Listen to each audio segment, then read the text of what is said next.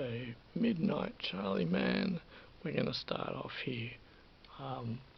So unbelievably close. So unbelievably close to going down to the garage to film this. Stay up here for the time being. It's the 3rd of the 4th. It's Monday the 3rd of the 4th, 2023. It's 8:43 p.m. And I'm like, do I get out of the garage? Do I going to stay up here? Do I go to the garage? And I'm like, I'll do it here.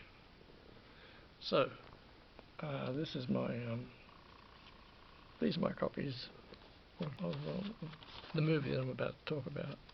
Okay. Wow, I'll try to get it right. I bought this in about 2000. So this is my copy from 2000. Bought this in about the year 2000. That's the 25th anniversary edition. And I bought this about 6 years ago. I think I bought this about 6 years ago. Okay, that's my copy. And I also have this. I don't remember when I purchased that. Many years ago. It's part 2. Also have the remake. And this one, the beginning. And okay, so I'm partially still in that dilemma to get into the garage. And I was initially going to, and so what happened was, I'll tell you what happened, was this. So, Texas Chainsaw Massacre, 1973. Actually, on Google it says the Texas Chainsaw Massacre is a 1974 American horror film. It was actually filmed in 1973 it was actually filmed in so it was actually filmed in 1973. It was filmed in 1973 on a budget of $60,000. Tobe Hooper, the director, raised the money from some local people. Actually, you know what? There's a couple of great documentaries on the making of this movie, and over the years, I have found numerous bits of information over the years. I'm just trying to think about where I should start with this to talk about this movie. I don't know if this is necessarily a review. I just want to talk about it. Marilyn Burns, Gunnar Hansen, Edwin Neal, Terry McMinn, Paul A. Partain, who played Franklin, Jim Sydow, who plays Drayton Sora, and Gunnar Hansen, who plays Leatherface, and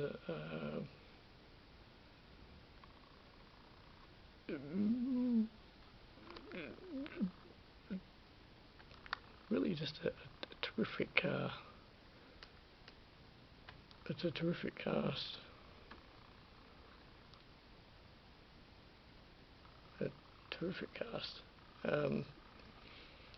Alan Danziger plays Jerry, and John Larroquette, he does the famous narration to it. John Dugan, who plays the Grandpa Sawyer.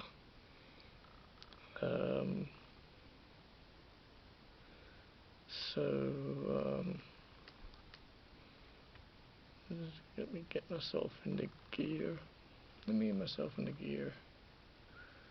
Okay, in fact, actually, look, I'm actually just watching this at the moment. This is a new one. I'm watching this at the moment. I just came across it tonight. I wanted to get a couple of facts, but I've stopped this so that I can speak about this I paused it so I can speak about this movie in my own way. I have a tremendous history with watching this movie, and over the years have come to learn a few facts about it, and just telling myself that, oh Lord, just do this here rather than going to the garage.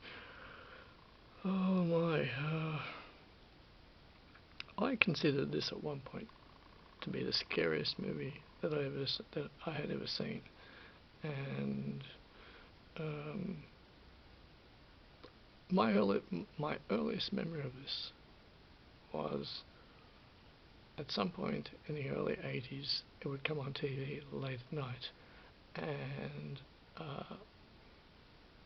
so it'd come on the TV, and there'd be the scene in the van, the beginning scene in the van, and I was curious about it. I was fascinated by it. I'm just thinking about my early memories. I was the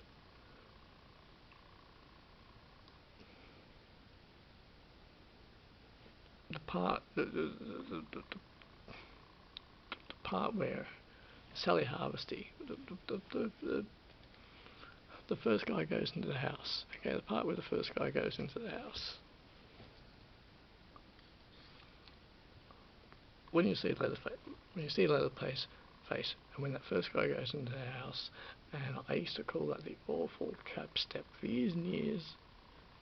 What's his name when he walks in there? When he walks. Jeez, Pat.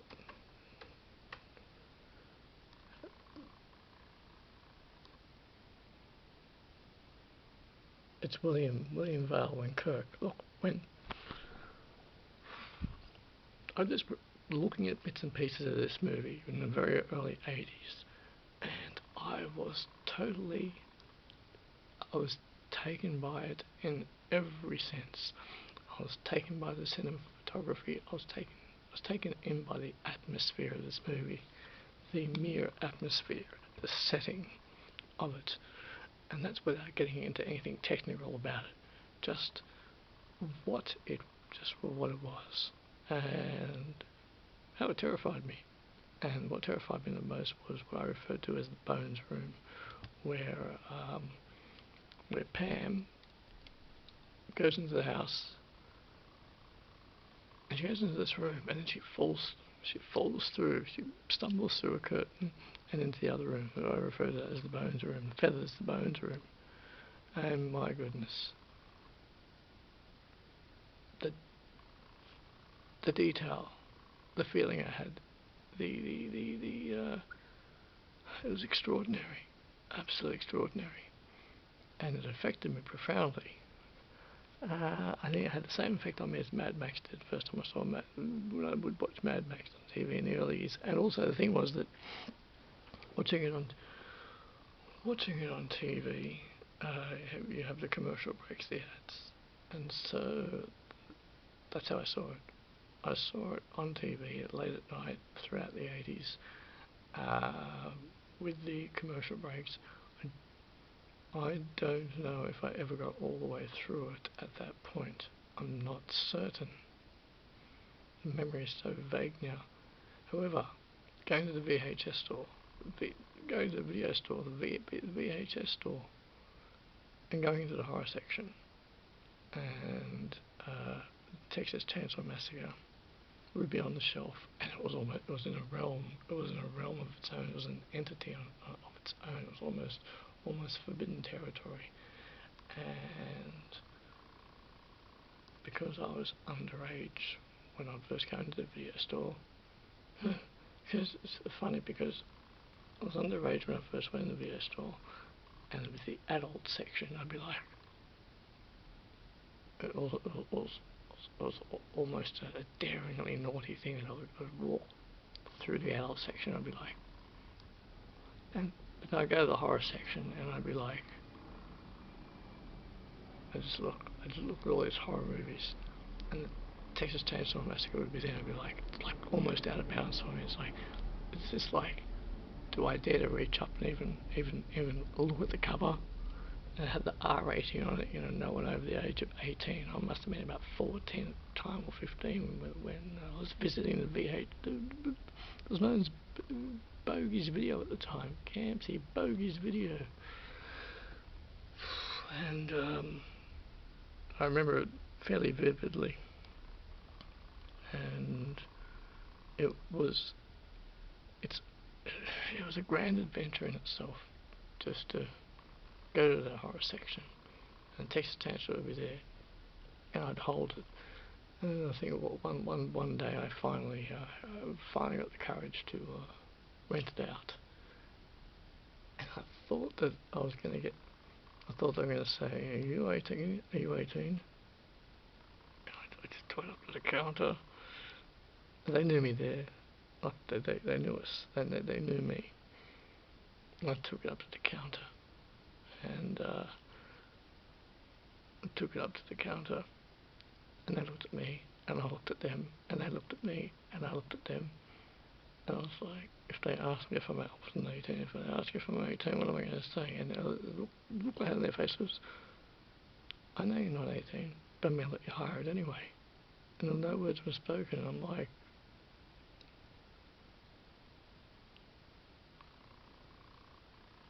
it was a silent exchange of looks, and they rented it to me.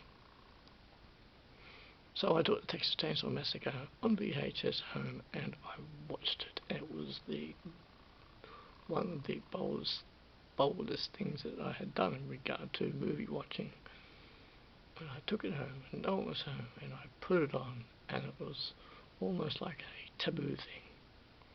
It was like a restricted area thing, prohibited area. And I put it on, and I watched it properly for the first. I don't remember what year it was. I just remember that I just watched it properly in the lounge room, and I watched it properly for the first time, and it terrified me. But I was completely engaged by every scene, and I don't know if I necessarily understood all the dialogue that was happening within the movie, within the relationships between the people. The people in the movie and their relationship dynamics. I don't know if I completely understood that at the time. In my teenage mind, I don't know if I grasped properly. I don't know if I grasped these ideas. I can't remember. But I took in the aesthetics. I took in the aesthetics and the atmosphere that Tobe Hooper, as a director, had set up, that he had envisioned, that he had wanted to achieve, and the tension, the gritty tension of it. And so the scene in the van got me. I was enthralled by every moment. The graveyard scene, the beginning scene, the scene in the van, where they arrive at the convenience store for the first time, where they arrive at the convenience store, where they go out to the Franklin farm, and where they, every step of the way was engaging to me, on the edge of my seat, exhilaration, being scared, being curious about it, being excited by it, mostly being terrified by it, really. And the reason why I'm talking about it like this now is because it doesn't scare me anymore. I forgot to mention, I watched this last night. Texas Chainsaw Massacre. I watched it last night. I put it on. Felt like watching it. Unfortunately, it doesn't scare me anymore. I'm not scared by this movie anymore. And it's a bit of a bummer. I've seen it so many times over the years. I feel saddened by this. It does not scare me anymore. I'm not scared by it. Oh, there's a few moments in the movie which I still find thrilling, like the Bones Room, and when Pam gets put up on the hold up. Not thrilling, just it's still captivating. There's moments in the movie which are still captivating. This is an interjection. I knew there'd be something I forgot. Okay. Now, when Pam comes out of the Bones Room, Leatherface opens the door, and there's a moment where neither of them move. That is one of the most chilling moments in the movie for me. Neither of them move, but you know that it's her doom. And has one of the most terrifying moments in the movie. He opens the door. Neither of them move for like a beat or two, and then she runs. And in fact, actually, another one of the most scariest moments in the film. They actually get outside. She she manages to open the door. She achieves freedom. From within the darkness, she achieves her freedom, and then she gets pulled back in. And that scene is actually worse than the hook scene. Her being put up on the hook, yeah, that's intense. But that scene, she comes back into the hallway. Leatherface opens the door. They pause for a moment. She actually gets outside, and then she gets pulled back in. To me, that's one of the most terrifying moments in the movie. But also, I just love all the era that it was made in, the era, everything in the movie, the 70s, all the 70s style. I love all the 70s style. Such character has such character, has so much character. And I'm going to slice this in now. I'm going to slice this in right here, because it was like, I'm going to talk about that. And, yeah. And later, Gunnar Hansen was told to rattle the cage with the cage with the chicken in it for some particular reason. So he knocks it, and he very quickly, when Gunnar Hansen comes back into the Bones room later, he has this philosophical moment. You can tell he's just thinking about things. Leatherface has this philosophical moment where he ponders things. But I just wanted to say that when Pam comes out of the hallway, Leatherface opens the door, she gets outside, she tastes freedom for a split second, and she gets dragged back in. Okay. My perspective on it changes every time I watch it. But going back to how I felt when I first saw it, I was traumatized by this movie over the years. It had such an impact on me. And so I would watch it on VHS. I rented it out semi-regularly. And it terrified me. I thought it was the most terrifying movie ever made. I thought it was the scariest movie ever made. And to the point, I'd watched it a bunch of times into the late 80s and through into the 90s, and at one point I thought, I have to dismiss this movie. I will dismiss it. It's too much for me. Because a number of moments within the movie that a bit overwhelming for me, and I want to get rid of that out of my psyche. I want to not think about it anymore. I want to disconnect from it. And I remember at some point in the night I thought, you know what, I just want to disconnect from it, because the Next Generation, do I have that? Oh, Texas Chainsaw Next Generation. Give me a moment. It might not be here. No, I don't have it. It's not here. It's with Matthew McConaughey and Renee Zellweger. So what happened was eventually the Texas Chainsaw Massacre became too much for me, and I was unable to handle it anymore. And so I disconnected from it. And I remember upon discovering the internet, a couple of years after discovering the internet, in about the year 2000, I wrote to Tobe Hooper one night, because it came back, the movie, this movie, every time I saw this movie, it terrified me. Everything about it, every component, all that the characters did, all their interactions, had always had me on the edge of the seat. And in fact, actually, I wrote an email to Tobe Hooper. I spent 1 hour on this email, and unfortunately, at the end of the email, back in those old days with the old DSL, lost the internet connection. Something happened, and I lost the email.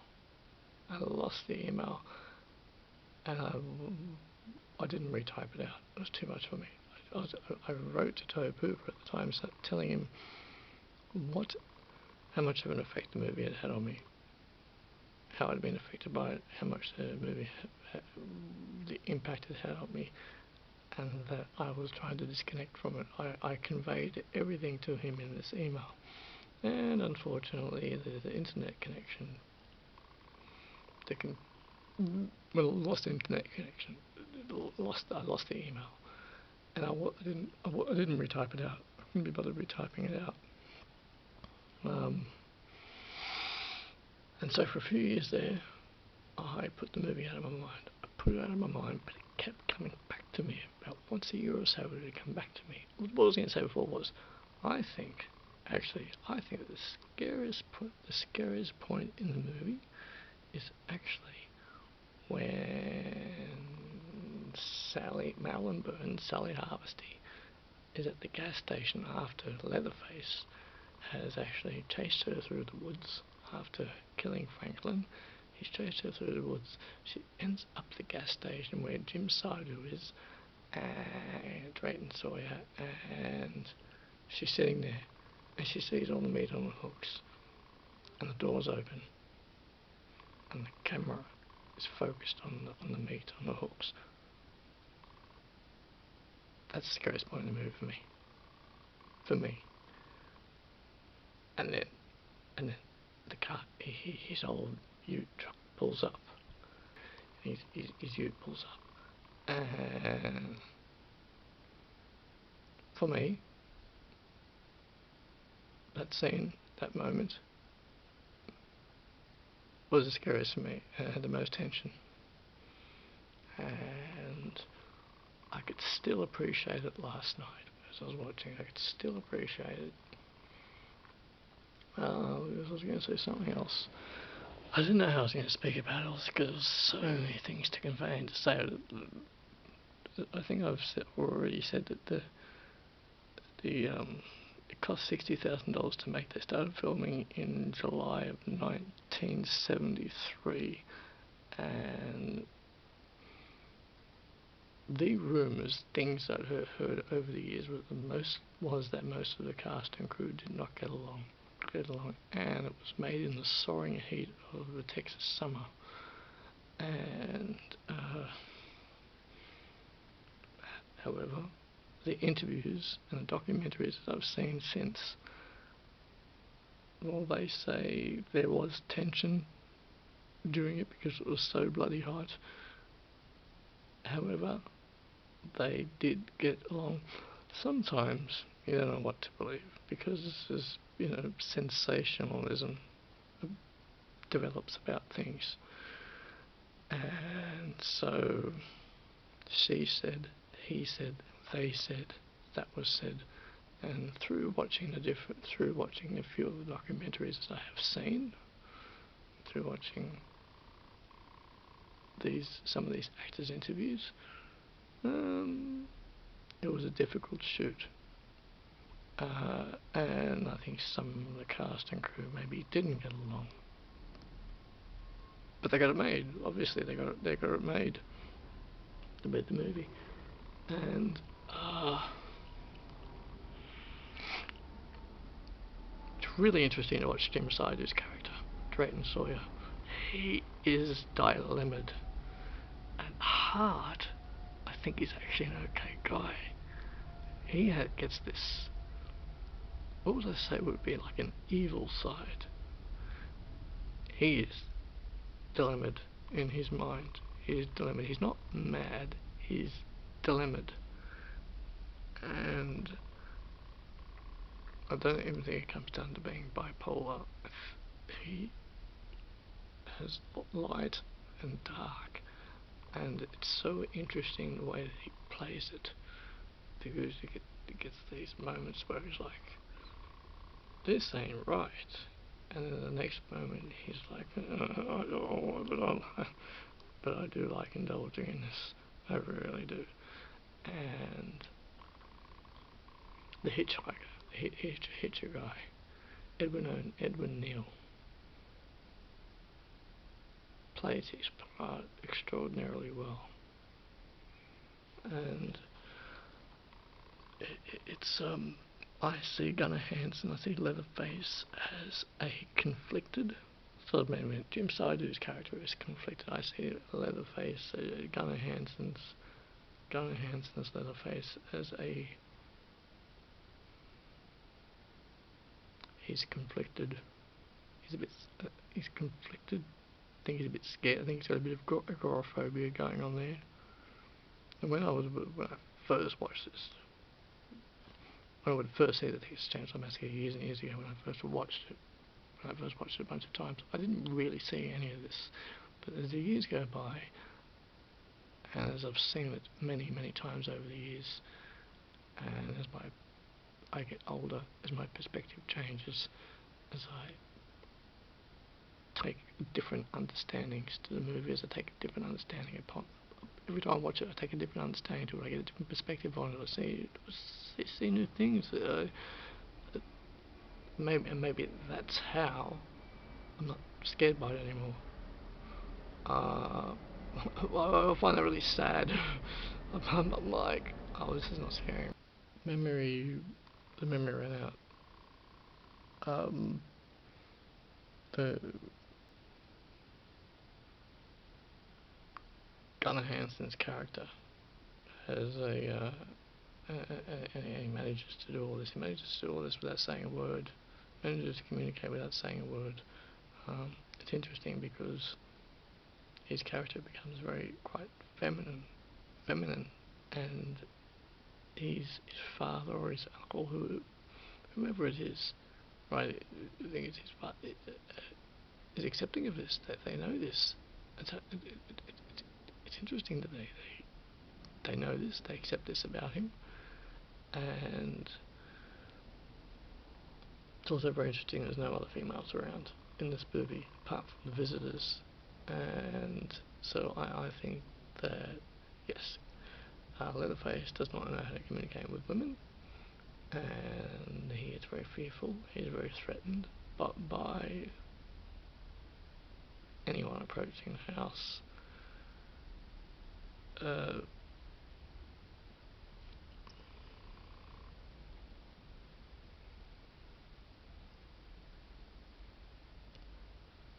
It's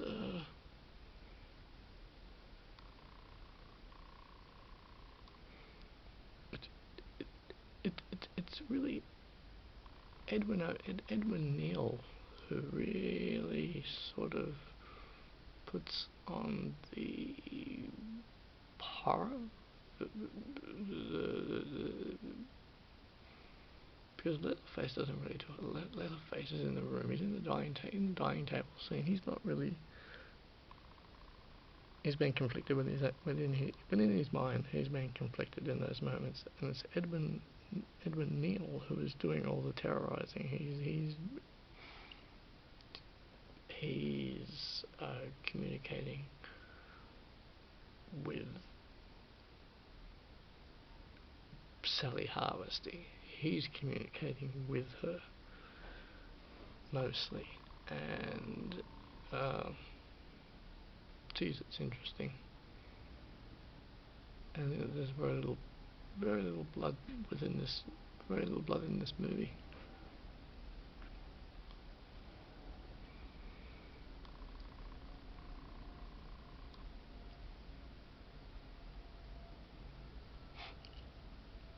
Just every time I watch it now, like when I watched it last night, I was focusing on every other detail, Because I've seen it so many times that I just pay attention to everything else that's going on, like everything else.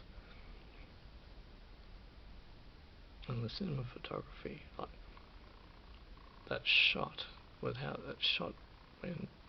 Pam goes outside, she sits on the seat when Kirk is at the door, and the camera goes underneath the chair and up to the door.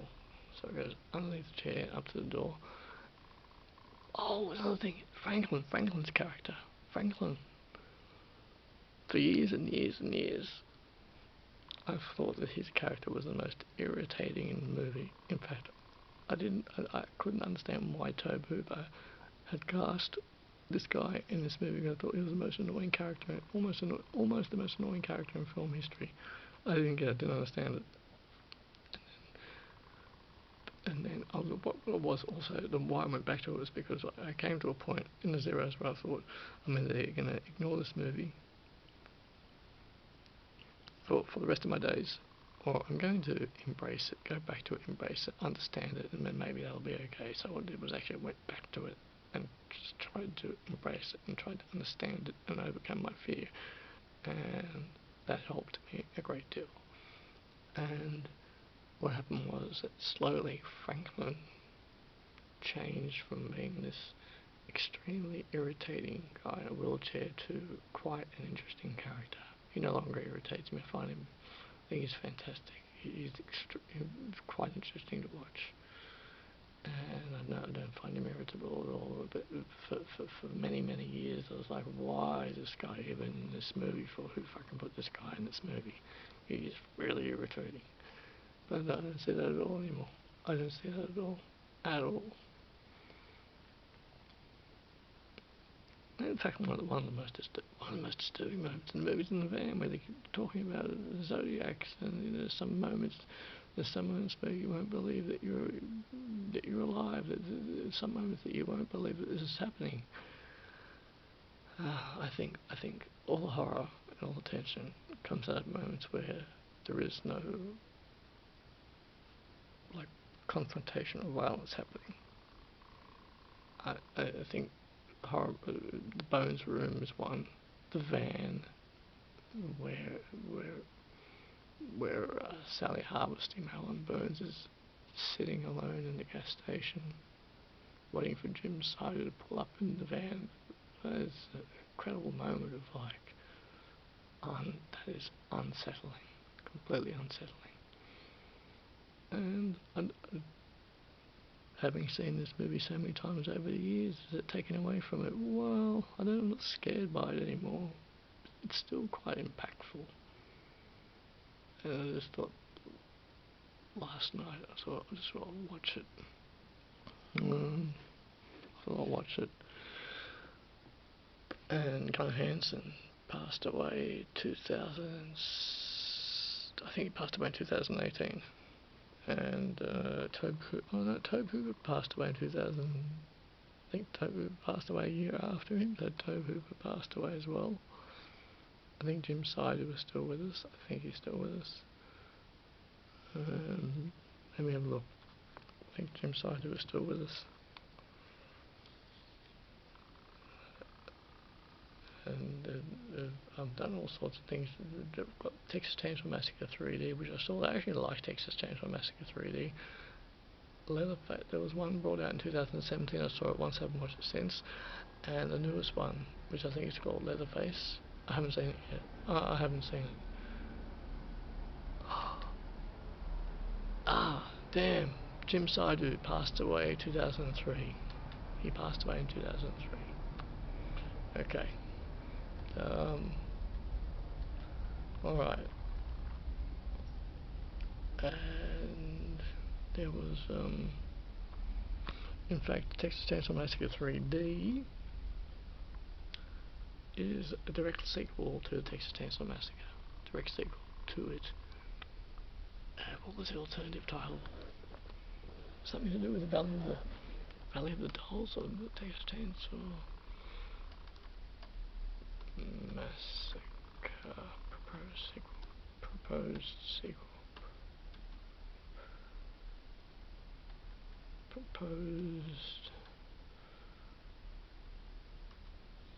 sequel.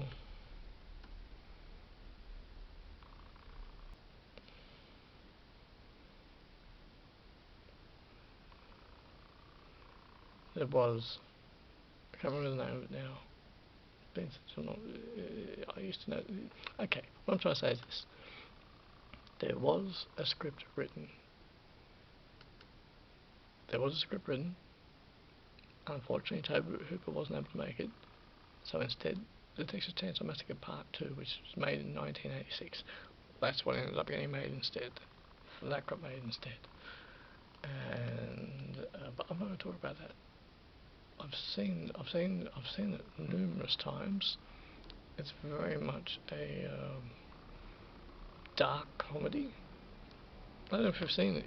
You most likely have seen Texas Chainsaw Massacre Part 2, 1986, dark comedy. I've seen it numerous times. I haven't watched it for a while.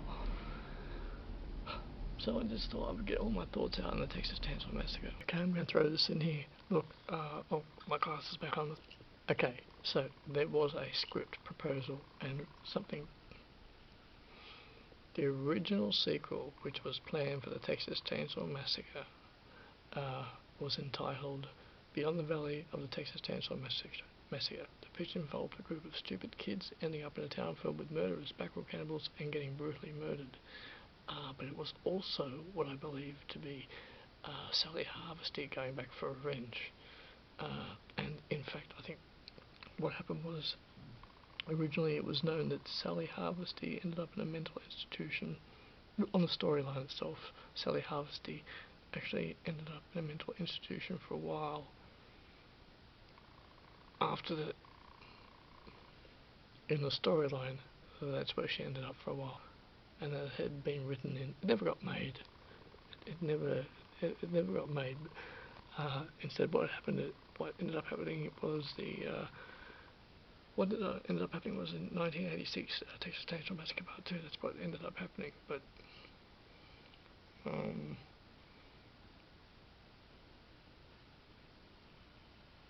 oh yes, that's interesting. Yeah, I could agree with that. It just says here, after Rob Zombie, after all, Zombie's first feature film, House of a Thousand Corpses, is basically a elaborate remake of Hooper's Texas Chainsaw Massacre. Yeah, I watched House of a Thousand Corpses a few months back, and every time I watch it, I'm like, this is very similar to Texas Chainsaw Massacre. This is kind of a little bit similar to it. In a sense, it's a little bit similar to it. Yeah. I wanted to find that title for it. I wanted to find that title because Beyond the Valley of the Texas Chainsaw Massacre never got made. I tried to track down the script at one point on the internet here, but a very, very, very long time ago, a decade ago, I didn't think I got very far with that. I just was determined to find that title. And it's just, look, Dread Central. Look, just on this page here, Dread Central. Okay, and it just talks about it here. Beyond the Valley of the Texas Chainsaw Massacre. See, and it just talks about it there. I just wanted it. It was bugging me a little bit, and I knew I could find it. In regard of Edwin Neal's character, he does display a bit of a true psychopath in the movie. His character is almost like a Dracula. In the van scene, his character is almost like a Dracula. And then he's the one who creates all the chaos and a huge conflict between Edwin Neal and Jim Side, who is where all the it's a very interesting horror dynamics.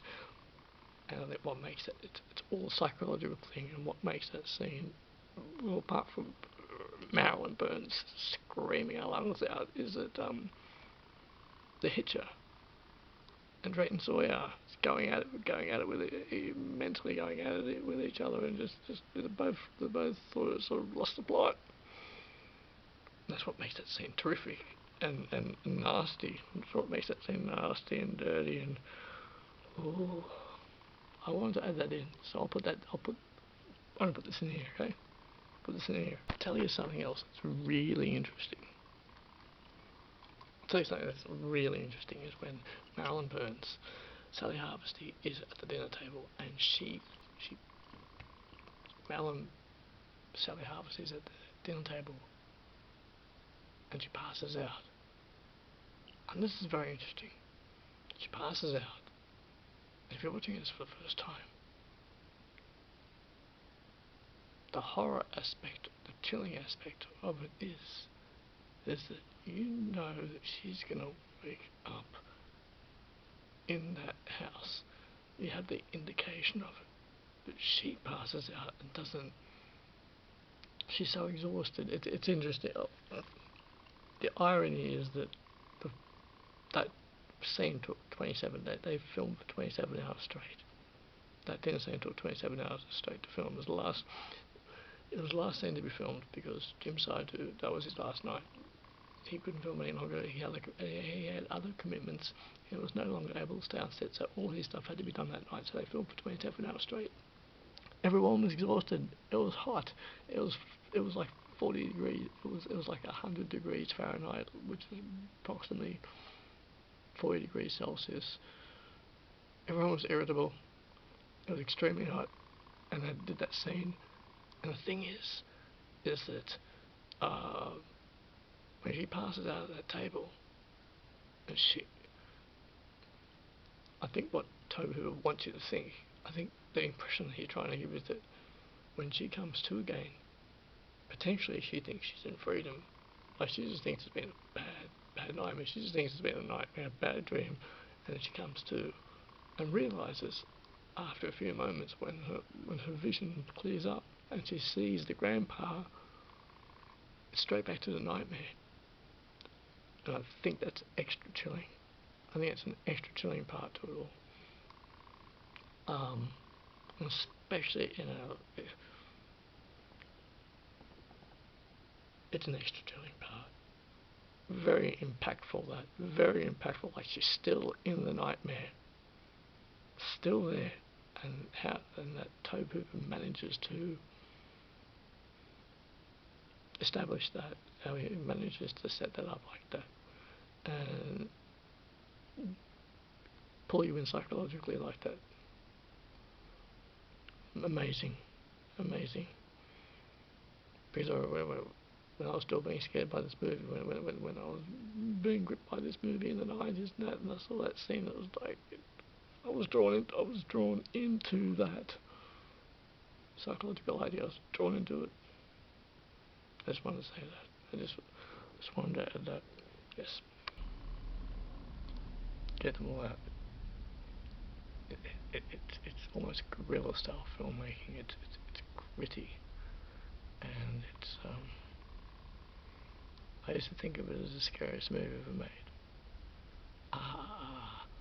And you know what? To anyone who hasn't seen it, who watches it, yeah, I think it could be very impactful. I've just seen it so many times now, and it's still terrific. It is still terrific. I was bummed out that it just didn't impact me last night when I watched it.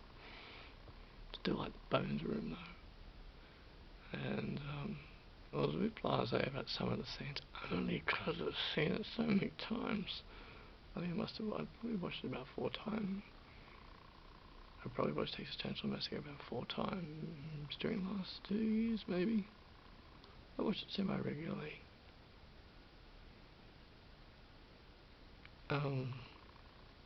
Yeah.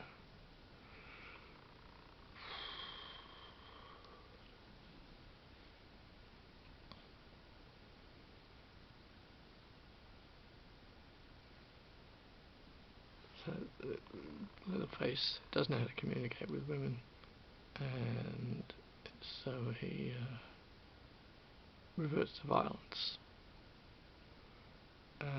out of fear, completely out of fear. Quite a dysfunctional family, incredibly dysfunctional family, and each new time I watch it, I see this even more and more. They did it extremely well. They portrayed it extremely well. I think Jim Sidhu, to his credit, underacts it a bit, which I think it adds a weirdness and an awkwardness to it all. Yeah.